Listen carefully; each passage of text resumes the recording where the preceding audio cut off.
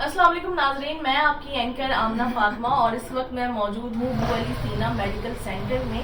और आज बड़े ही एक माहिर और काबिल डॉक्टर के साथ मैं यहाँ मौजूद हूँ। एक्चुअली मुझे एक स्किन डिजीज हुई थी जिसे कॉर्न कहते हैं। मुझे नहीं पता, आई डोंट नो ये क्या चीज़ है। मुझे भी फर्स्ट टाइम ये जब प्रॉब्लम हुई तो पता चला एक्चुअली क्या था। तो आज मेरी सर्जरी थी जो कि की है डॉक्टर अब्दुल वहीद साहब ने, और मेरा एक्सपीरियंस बहुत ज़बरदस्त रहा। तो मैंने सोचा कि इसके ऊपर एक ऐसी वीडियो बनानी चाहिए जो कि इंफॉर्मेटिव हो और लोगों तक इस चीज़ की अवेयरनेस जा सके। तो आज मेरे साथ जो डॉक्टर मौजूद है, माशाल्लाह से खिदमात सर अंजाम दे रहे थे 17 ईयर से सऊदी अरब में और 13 ईयर से ये पाकिस्तान में जो है अपनी सर्विसेज पर हैं। और मुझे ख्याल भी इस तरह से आया कि जो कॉर्न का मुझे एक इशू हुआ था, इसकी सर्जरी मैंने अभी डॉक्टर साहब से करवाई है। तो मेरा ख्याल ये था कि मैं अपने नाजरीन को, अपने देखने वालों को बताऊं कि इस तरह की जो इश्यूज होते हैं, प्रॉब्लम होती है, उसकी क्या केयर होती है, किस वजह से होता है और क्या इनकी एहतियात होती है। तो चलो डॉक्टर साहब के पास चलते हैं और कॉर्न के हवाले से इनसे डिस्कस करते हैं कि आखिर ये किस वजह से होता है। अस्सलाम वालेकुम डॉक्टर साहब। वालेकुम सलाम। सर कैसे हैं आप? खैरियत से?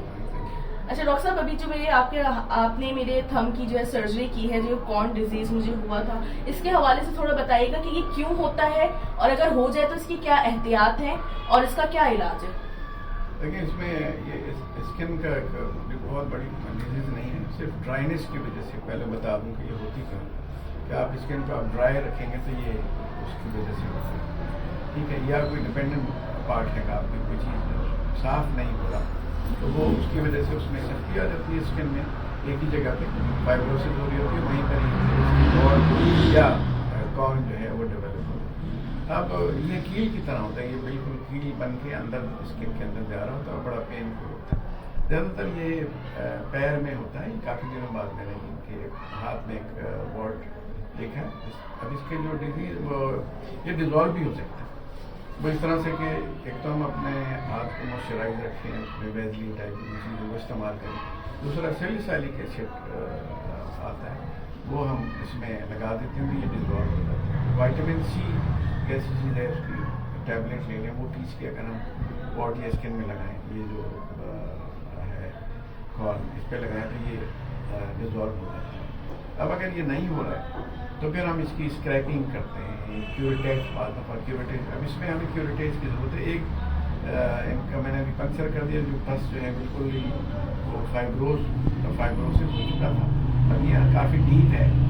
अब क्योंकि यहाँ इस क्लिनिक में कहीं और मैं सुबह बैठ दूँ, वहाँ सहूलत है, यहाँ पर इतनी सहूलत नहीं है।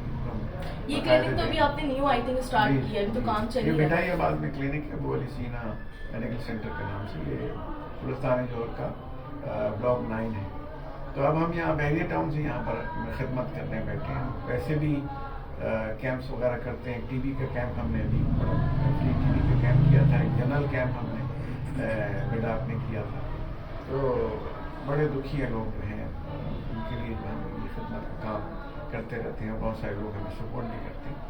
तो अब ये जो इनका अब जो बाकी सर्जरी है, ये इनकी होनी जो डीप जाके हम इनकी सफाई करेंगे, फिर वक्त हमने तो उसको पंक्चर करके ऊपर से इसकी स्क्रीन जो स्किन थी उसकी स्क्रैपिंग कर दी है।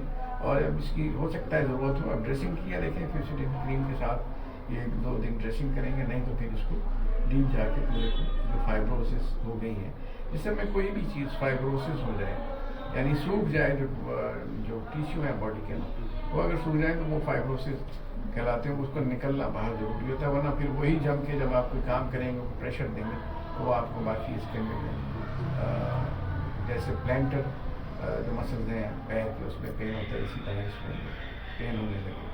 अच्छा डॉक्टर साहब बताइएगा कि ये जो कॉर्न का जो एक इन्फेक्शन है या वॉट जो भी है, इसके होने के बाद अगर इसकी ट्रीटमेंट करवा लेते हैं तो क्या इसका ऐसा भी चांसेस है कि दोबारा भी रिपीट हो जाए? नहीं, ये दोबारा यहाँ नहीं होता। बस यही ख्याल करना है कि बॉडी को अपना मॉइस्चराइज रखें और उसकी बॉडी की हाइजीन मेंटेन रखें, तो ये नहीं होते।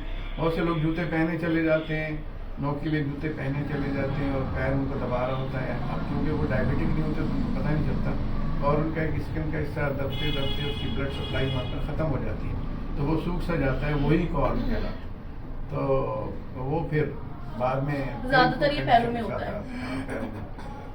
अभी आप जैसे डायबिटिक पेशेंट के हवाले से बात कर रहे थे, अगर उनको ये कॉर्न हो जाए तो फिर उनके लिए क्या एहतियात होगी और उनके लिए सीवियरियल हो जाता है? ये हमारे दोस्त भी एक डायबिटिक फूड के लिए इस्लामाबाद में काम कर रहे हैं। मैंने खुद भी जब मैं सऊदी अरब से आ रहा था तो मैं 6 महीने डायबिटिक फूड सेंटर में काम किया था। डायबिटिक फुट हमारे यहाँ उसको इसके लिए बाकायदा यूके में एक शोबा अलग से है, कंसल्टेंट वहाँ पर बैठा होता है जो डायबिटिक फुट का ख्याल करता है। 6 महीने पूरा मैंने वहाँ ख्याल किया। तो अब डायबिटिक फुट वालों को भी जो है अपना एक नंबर कम का जूता जो है ना वो पहनना चाहिए ताकि उनकी स्किन कहीं से दबे नहीं। खासतौर से डायबिटिक न्यूरोपैथी हो जाती है डायबिटिक पेशेंट को, तो ये ख्याल करना पेरीफेरल न्यूरोपैथी पेरीफेरी यानी दूर की जगहों पे हाथ पे होता है। नर्व सप्लाई ख़त्म होने लगती है, ब्लड सप्लाई सूखने लगती है, तो वहाँ पर फिर गैंग्रीन हो जाता है, तो फिर उंगलियाँ कटती हैं। तो शुगर को कंट्रोल ही रखते हैं, तो शुगर को कंट्रोल करना है। दूसरा, हमें ऐसे जूते, सॉफ्ट जूते, मेडिकेटेड शूज़ इस्तेमाल करने चाहिए जिससे पैर की उंगलियाँ हमारी नहीं दबें और वो वहाँ पर मूव होती रहें। Thank you so much doctor साहब, आपने माशाल्लाह से ट्रीटमेंट भी बहुत अच्छा किया, मुझे फील नहीं हुआ जो भी कट वट लगाया आपने, मुझे बिल्कुल भी फील नहीं हुआ। इसके लिए भी बहुत बहुत शुक्रिया, और आपने जो इतनी अवेयरनेस के लिए एक मैसेज रिकॉर्ड करने की मुझे इजाजत दी, इसके लिए भी आपका बहुत बहुत शुक्रिया। भैया आम के बारे में बता दीजिए, जो हमने जो है हमारी पुरानी यही यूट्यूबर हैं और मैंने पहले भी मेरा कार्डिक के हवाले से पहले किया था, लेकिन चूँकि अब हम बहुत दूर आ गए तो उनका वहाँ पहुँचना मुश्किल होता है। इत्तेफाक से क्योंकि ये क्लिनिक स्टार्ट किए तो मैंने कहा हम चलें मिठाइयाबाद हिंदुस्तानी दौर, तो वहाँ तक पहुँच जाएंगे। यहाँ तक भी आने में इनको बड़ी सबो करनी पड़ी, मैं शुक्रिया अदा करता हूँ। चलो इस बहाने मुलाकात भी हुई है और इनका काम भी हो गया। Thank you so much, thank you doctor साहब, थैंक यू सो मच।